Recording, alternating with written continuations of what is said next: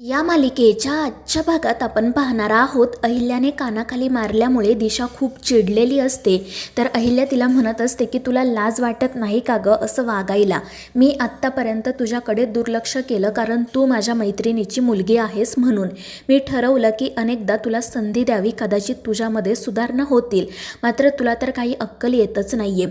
या सगळ्यामध्ये तुझ्या बहिणीचा जीवसुद्धा गेला, पण तरीही तुला का कळत नाहीये का तू हा खेळ थांबवत नाहीये. मात्र दिशाला काही ऐकून घ्यायचंच नसतं. उलट ती सगळ्यांसमोर अहिल्यासोबतच वाद घालू लागते.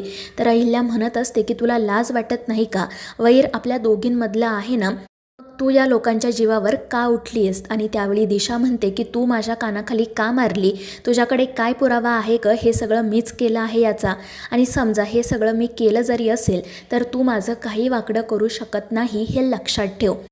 आणि मग त्यानंतर ती अहिल्याला अशीही धमकी देते की उद्या गुढीपाडवा हे सगळ्यांसाठी आनंदाचा दिवस आहे, पण उद्याचा हा दिवस तुझ्यासाठी मात्र दुःखाचा असणार आहे.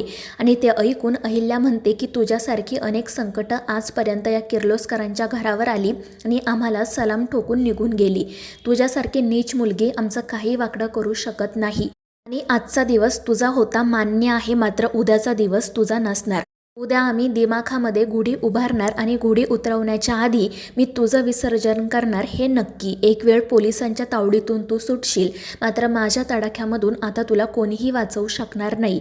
आणि ते ऐकून दिशा मात्र हसू लागते. तर अहिल्या तिच्या हाताला धरूनच तिला तेथून हकलून देते. दिशाला मात्र काही फरक पडत नाही. मग त्यानंतर अहिल्या पुन्हा एकदा त्या सगळ्या लोकांची हात जोडून माफी मागते. दुसरीकडे पारू शेतामध्ये काम करत असतानाच तिची आजी त्या ठिकाणी येते. ती पारूला म्हणत असते की मला तर तुझं वागणं कळतच नाहीये. अगं, देवी आईंची मुलं स्वतः इथे आली होती तुला घेऊन जाण्यासाठी, मग तू त्यांच्यासोबत परत जायला नकार का गं दिला. आणि ते ऐकून पारूला तिने आदित्यसोबत घालवलेले क्षण आठवू लागतात. आणि ती त्या आजीला म्हणते की तुला हे सगळं नाही कळणार, मी त्यांच्या चांगल्यासाठीच असा निर्णय घेतलाय. तर त्या आजी विचारत असतात की अगं, यात त्यांचं काय चांगलं आहे. पण पारू वैतागून म्हणते की तुला काही समजणार नाही, पण एवढं मात्र नक्की की आता मी इथून कुठेही जाणार नाहीये. पण मग त्याचवेळी तिला अहिल्याचा कॉल येतो. अहिल्या पारूला म्हणत असते की मला तुझ्या मदतीची गरज आहे, कोणाला तरी कायमचा धडा शिकवायचा आहे. जर तुला शक्य असेल तर ताबडतोब तेथून निघ. आणि ते ऐकून पारूसुद्धा म्हणते की हो देवी आई, माझं जगणं आणि मरणं सगळं काही फक्त तुमच्यासाठी आहे. तुम्ही जे सांगाल ते मी करेल. मला कळते की आत्ता त्यावेळी तिकडे काय घडत असेल ते, पण काळजी करू नका, तुम्ही जे सांगाल तसंच होईल. आणि ते ऐकून अहिल्या खुश होते. आणि मग त्यानंतर पारू लगेच आजीचा आशीर्वाद घेते आणि परत अहिल्याच्या घरी जाण्यासाठी निघते. तर त्या आजी म्हणत असतात की या पोरीचं नेमकं काय सुरू आहे काय माहिती, आत्ता काहीतरी वेगळं बोलत होती आणि आत्ता लगेच तिकडे जाण्यासाठी निघाली सुद्धा. दुसरीकडे दिशाला सतत अहिल्याने जेव्हा तिच्या कानाखाली मारलेली असते तेव्हाचा क्षण आठवत असतो. ती खूप चिडलेली असते आणि म्हणत असते की अहिल्या, मी तुला अनेकदा वॉर्निंग देऊन सुद्धा तू माझं ऐकलं नाही, पुन्हा एकदा माझ्या कानाखाली मारली, पण ठीक आहे, तर तू उद्या बघशीलच मी तुझी कशी अवस्था करते ते. उद्या गुढीपाडवा हे सगळ्यांसाठी आनंदाचा दिवस आहे, मात्र तू या गुढीपाडव्याला ना शिमगा समज. आता लवकरच तू रस्त्यावरून दगडी मारत फिरणार आहे, कारण मी तुला शांतपणे जगू देणारच नाही. तुला वेडं केल्याशिवाय मी आता गप्प बसणार नाही. आणि मग त्यानंतर तिच्या अचानक लक्षात येतं की आज त्या बंगल्यावर सगळेजण होते, पण ती पारू मात्र नव्हती. दुसरीकडे पारू अहिल्याकडे जाण्यासाठी निघालेली असते, पण अचानक तिच्या रिक्षासमोर काही गुंड येतात आणि त्यांना पाहून पारू घाबरते. ती विचारते की कोण आहात तुम्ही. तर ते म्हणत असतात की तू सतत आमच्या दिशा मॅडमच्या वाटेत आडवी येतेस ना, आता तुला सोडणार नाही. तर पारू चिडून म्हणते की तुम्हाला काय वाटलं, तुम्ही जर मला इथून घेऊन गेलात तर माझ्या देवी आईंना कळणार नाही का, त्यांना हे सगळं कळलं ना तर त्या गप्प बसणार नाही. तर ते गुंड तिला चाकू दाखवतात आणि रिक्षातून खाली उतरायला भाग पाडतात. आणि मग त्यानंतर ते तिला तेथून घेऊन जातात. दुसरीकडे अहिल्याची घरातच तिच्या इन्व्हेस्टर्ससोबत मीटिंग सुरू असते. आज जो काही प्रकार घडलेला असतो त्यामुळे ते इन्व्हेस्टर्स चिडलेले असतात. आदित्य त्यांना समजावत म्हणत असतो की हे सगळं कुणीतरी मुद्दाम केलं आहे आणि पुन्हा असं होणार नाही यासाठी आम्ही खबरदारीसुद्धा घेतोय. आणि मग मोहनसुद्धा त्यांना सांगतो की आम्ही तो सगळा माल परत घेतला आहे आणि लोकांना नवीन माल पोहोचवला आहे, तुम्ही काळजी करू नका.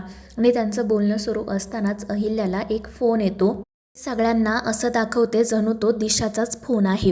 आणि ती मोठ्याने म्हणते की दिशा, तुझी हिंमत कशी झाली पारूला किडनॅप करण्याची.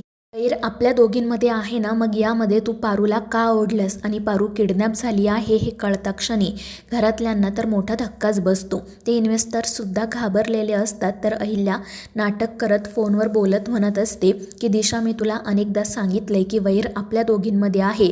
तू उगाच या सगळ्यामध्ये इतरांना ओढू नको. आणि तुला कळतंय का, आता हे जे काही वागतेस ना त्यामुळे तुझंसुद्धा नुकसान होतंय.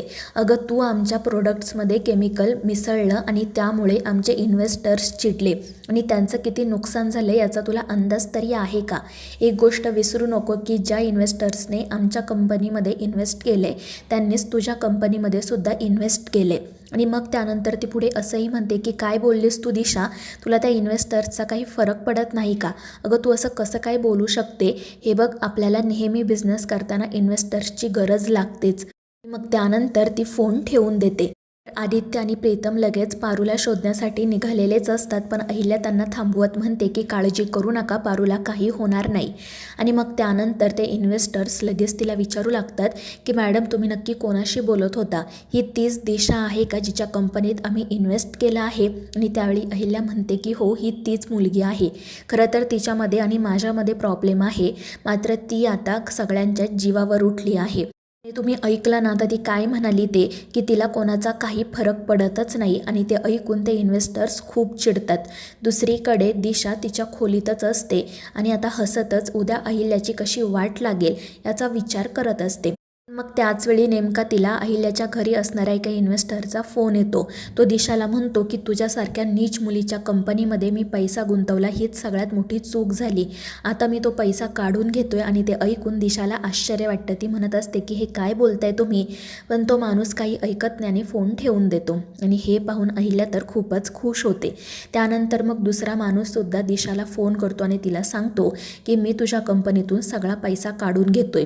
तू खरी कशी आहे ना हे अहिल्या देवींकडून समजलंय मला. आणि ते ऐकून दिशाच्या मग सगळा प्रकार लक्षात येतो की अहिल्यानेच या सगळ्या इन्व्हेस्टर्सला भडकवले. आणि मग ती देखील चिडून म्हणते की हे सगळं तुम्हाला अहिल्याने सांगितलं ना, ठीक आहे, तिची तर मी योग्य ती वाट लावेलच, पण मला तुमचासुद्धा काही फरक पडत नाही. खड्ड्यात जा तुम्ही सगळेजण. आणि ती फोन ठेवून देते. दुसरीकडे आदित्य मात्र खूपच पॅनिक झालेला असतो आणि तो पारूच्या डोळ्यांसोबत बोलत म्हणत असतो की पारू यार, हे सगळं काय होऊन बसलं गं? तू सतत माझ्यासमोर असायची, आजूबाजूला वावरत असायची, आदित्य सर म्हणून मला हाक मारायची. पण आता तूच किडनॅप झाली आहे आणि मी काही करू शकत नाही. तितक्यात अहिल्या त्या ठिकाणी येते. ती आदित्यला समजावते की काळजी करू नको, पारूला काही होणार नाही आहे. पण तो म्हणत असतो की आई, तू असं कसं बोलू शकते? अगं, ती दिशा किती नीच आहे माहिती आहे ना तुला? तिने जर पारूला काही केलं तर? पण अहिल्या म्हणते की आदित्य, असं काही होणार नाही. उद्या सकाळपर्यंत पारू घरी येईल आणि सगळ्या गोष्टी क्लिअर होतील. पण आदित्य म्हणत असतो की अगं, मारुती मामांना तर माहितीसुद्धा नाही आहे या सगळ्याबद्दल. तर अहिल्या म्हणते की त्यांना आपल्याला काही कळूसुद्धा द्यायचं नाही आहे. तू काळजी करू नको, फक्त माझ्यावर विश्वास ठेव. उद्या सकाळपर्यंत सगळं काही क्लिअर होईल. तर मित्रांनो, या मालिकेच्या पुढील भागांच्या अपडेटसाठी आपल्या चॅनेलला सबस्क्राईब करा.